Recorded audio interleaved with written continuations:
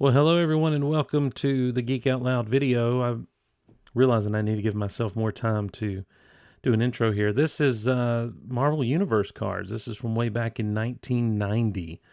So 30 years ago this year, these were released. It was a time where the card industry was starting to kind of hit a big boom in the same way the comic book industry was. It was an interesting time. I don't know if cards got real big because of the old Ken Griffey Jr. rookie card out of Upper Deck or what, but these cards came to us courtesy of a company called Impel, which would later be Skybox, and Marvel would cut a deal with them, and you had different artists working on these things like Arthur Adams, Tom Morgan, John Romita, Walt Simonson, Transformers man himself, Bob Budiansky, took point on this, and these cards were really neat. This was something that I had never even thought of, being a comic collector at the time and getting into baseball cards, particularly around 1990. These things were a big deal to me. So it's going to be fun to open them up. They have a hologram card, the kind of chase thing that you look for,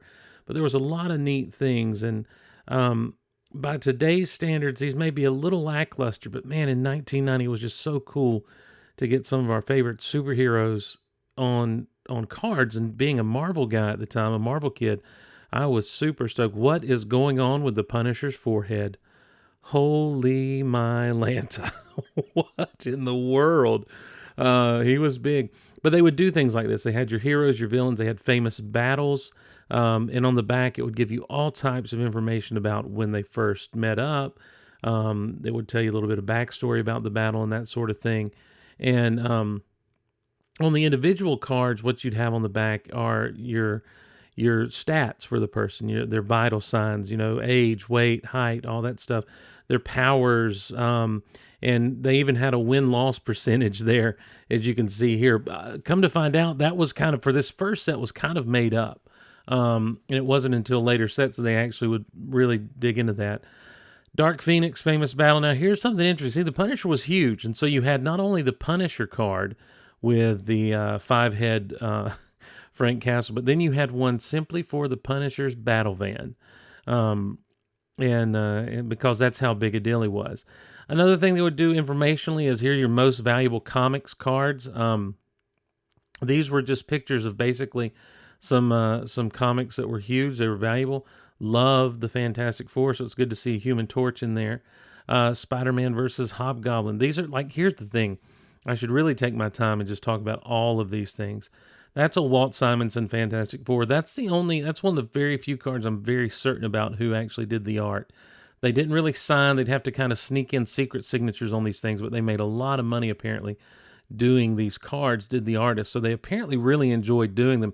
I loved getting these things. This was just so much fun. And all of these, of this set, this was like classic Marvel humor here. There was a subset of Spider-Man interviewing different people in the Marvel universe.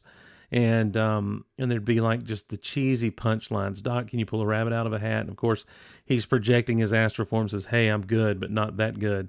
We'll revisit this concept later with Dr. Doom. Other things I've learned in doing this, I need a decent tripod. I need a better recording setup if I'm going to video some things. And I got to do something to get my hands out of the frame. I got some ugly old meat hooks there, don't I? First appearance of Punisher here in this amazing Spider-Man issue. That's why it's the most valuable comic. Power Man, aka nowadays just Luke Cage. Now, the other thing they did that was really neat in this first set, I don't know if they continued in the second set, but rookies. And so your 1990, you had rookie cards, and this was Nomad. You find out a little bit. Look at this. Arch enemies, all those who would undermine America's values. Now, his first appearance was Captain America back in 1983, but this was his first year taking on the persona of Nomad. So I believe this is the same guy that would be U.S. Agent. I'm not sure. Don't hold me to that. Several people actually took on the persona of Nomad over the course of the 90s. I believe Rick Jones might have even done that. The Incredible Nightcrawler. When I was in the Munich circus, they called me the Incredible Nightcrawler. The Avengers of 1990, ladies and gentlemen. It's really interesting to see who was here. The guy on the right-hand side who looks like Iceman is actually Vision, but you've got Thor. The lady in green is Cersei. You got Captain America, Quasar, and then She-Hulk. And I'd love to talk about Quasar one day. That was a comic that came out around 90. Atlantis Attacks, Famous Battles. This was a annual event that went, not meaning it happened annually, but throughout the annuals. The old Kree Skrull War. Look at there. That Giant Man, I think, is actually when Hawkeye did a stint as Giant Man in the Avengers. Wore a really weird costume. Nightmare representing, oh, look at here. Talk about rookies, the New Warriors. Now, this is a team that was made for the 90s. Speedball, Firestar, who actually came from Spider-Man and His Amazing Friends. Night Thrasher, who was almost Marvel's answer to Batman, but you had Nova and Namorita, who was Namor's cousin, but then you had Vance Astro there, Marvel Boy, who would also appear with these guys, the Guardians of the Galaxy. Now, I know what you're thinking. These aren't Guardians of the Galaxy, Peter Quill and them. This is Guardians of the 90s. And speaking of, I don't know why Vance isn't there, but there he is with Night Thrasher. We'll take a sidebar from the cards really quickly to check out these Marvel Legends figures. I was really excited when I found out they were doing a Night Thrasher this past year, Marvel Legends wise, just because, I mean, look, New Warriors, heyday of my collecting. And I would never claim that Night Thrasher was one of my favorite characters. Look at the scratches on that skateboard like he's been riding rails and stuff. Really cool detail there. He's got his weight belt on. He was just geared for urban combat. It's the nostalgia of here's a team that I was there when they first made their appearance in the pages of Thor. And then this guy is Vance Astro. Let me try to redo. You know what? I'm going to reposition him into something a little more cool. And while we do that, let me say thank you to our Patreon supporters. If you're supporting us over on Patreon, we really appreciate you. Here's another thing I've learned in doing this. I've got to figure out how to do words on the screen where you may actually be able to read them better. As I was getting all these put in, I was so just blown away by how many of you support us and so thankful for each and every one of you who support us through Patreon. It means the world to me, and I just can't say thank you enough. So that's why we're featuring you here in this moment. And so thank you all for your support. So back to the figures here now. Now I've got him posed. This is kind of mimicking a pose that was done on actually one of the comic book covers. Why has he got Captain America's shield? Well, that's a discussion we're going to have about the Guardians of the Galaxy at a different time because, again, I didn't script this out. I'm just kind of randomly, when I filmed this, I was randomly doing things, and I'm like, well, I can say this, this, and this. I don't remember what I was going to say now. Love the paint. It's kind of metallic, except for his Guardians badge there. Yes, they had Guardians of the Galaxy badges in the 90s. So Night Thrasher and Vance, both on the same team, but also on different teams. Back to the cards here. Apocalypse. The art, I'll be honest with you, this first year art, I wasn't super blown away with, but it was the excitement of having trading cards because I'd gotten into baseball cards by this point. And I was doing strictly baseball. As far as sports goes, I wasn't doing any football or basketball. But then when Marvel cards come along, and then when they would reintroduce Star Wars with Star Wars Galaxy a couple of years later, that's another thing we'll have to go through. Here's one of those Spider-Man interviews again with Dr. Doom. He says, did you ever work as a real doctor? Who would go see a doctor named Doom? And then on the back, they continue the conversation as if Dr. Doom wouldn't just destroy Spider-Man. But this is classic Marvel humor. This is like almost right out of the mind of Stan Lee when you see these questions and the answers and you know, the little quick back and forth there. Famous battles, Daredevil versus Punisher, made more famous by the Netflix series Daredevil. There's the She-Hulk, Jennifer Walters. She'd be a fun character to kind of talk about. Old Dazzler. Dazzler was a disco girl back in the day. Captain Britain, the suited up Dr. Octopus in the 90s got a businessman style going. And I think we've talked about the Return of the Sinister Six before. It's one of my favorite story arcs from Spider-Man. Here's the Wasp. And most valuable comic, even back then, the first appearance of Wolverine. Now, Wolverine was really coming into his own during this time, and he has multiple cards in this set. Here's this particular one, and look what it says on the back. Wolverine, patch. You see the patch over his eye there. Why did Wolverine have a patch? I have no idea. I think he was just trying to be like his best friend Nick Fury at the time. But I love the idea. They're like, look, Wolverine, patch. Just like have more Wolverine versus Sabretooth, you know, again, classic battles. Mutant heavy around here with Magneto. And look at all the cards you got in one pack. But I got to be honest with you. I mean, it's cool looking through these, but I'm afraid that it's boring. I'm afraid it's boring to sit here and watch someone with big old meaty hands just go through cards. So one of the things that people like from the last video is rain in figures. Rain in figures. There's also a need. Okay, so tripod, and ethereal music for our raining Star Wars figure sequences.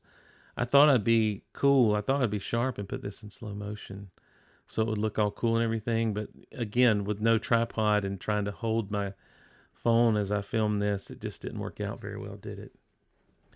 But I like the effect of the raining figures as well. The problem is then I have to set them all up so you can see them. All right, fingers crossed that this next one won't be upside down, and it's not. And that was a wipe. As an homage to George Lucas. We got a Jawa in here. This is not one of the Power of the Force Jawas. In fact, this is, I think it was originally a Black Series Jawa, and it was what would go on the vintage carded Jawa. When they were re-releasing figures back in the first part of the 90s, well, the first time the re-release came along, they actually had a thing at the top of the head of the Jawa where light would filter through and it'd make his eyes glow. This Yoda, I believe, is what we would refer to as a Power of the Force green card Yoda. He may have even been in a first look card back with episode 1, with the first look at Yoda's episode 1. They had a little thing that you would pull the tab and you'd have Yoda now, and you pull a little tab and it was Yoda in episode 1. What makes me think that, and I believe he came with like a lamp accessory and a little pot, and of course his cane. But I think that was the only one they did with basically the, I don't want to say real hair, but you know what I mean. There, it's not molded to his head. It's more of a soft goods type hair. Pretty good little face sculpt, you know. The 90s weren't known for the best figures at all, but you know, a lot of times the aliens and stuff, those figures would work out a little better than some of the human stuff. Sand Trooper. This is a Power of the Jedi Sand Trooper, I believe. Man, people love sand. I don't understand what people do, but look at the paint apps there where he's just like he's been out in the desert. But man, people loved the Sand Troopers for a while. Speaking of being out in the desert, this is a deleted scene Han Solo looking like a nerd with some big old glasses on. Excuse me, can you tell me how to get to Jabba's palace? Thank you. That's really what he's looking like there when you see him up close like this. My hands have not healed from being in the carbonite freezing chamber. They're stuck like this. That dude is a 90s. I don't know what you call him. He's a technician. He was the one carrying the scanning. He was part of the scanning crew. And then, of course, there's old Admiral Ozzel. He's as clumsy as he is stupid, apparently. And behind him is a spray painted white C-3PO droid. That's Anakin from the She-Ra Princess of Power collection, with all the sparkly robes and everything. And, of course, the Emperor. This is pre-zombie Emperor. And that Boba Fett is an interesting figure. This was, I think, number 300. Actually, get your hand. Let me get Boba Fett in the shot and not my hand. Steve, get your hand out of the shot. This Boba Fett was, I think, number 300. It was packed as a number 300 figure. Really great figure. Not a lot of leg articulation, but he's got a great pose that once you get him stood up, you know, and get that gun put in his hand just right, it really is a great looking Boba Fett. Not a lot of play value, but a lot of display value. So, but it is hard to get him to kind of stand upright. You've got to work on him with two hands instead of one, and down goes Fett. Down goes Fett. Oh my gosh! In the words of Jim Ross, as God is my witness, he's broken in half, ladies and gentlemen. Wow, trying to drop an elbow on the Emperor, but the Emperor's still standing. What is this? The Rise of Skywalker?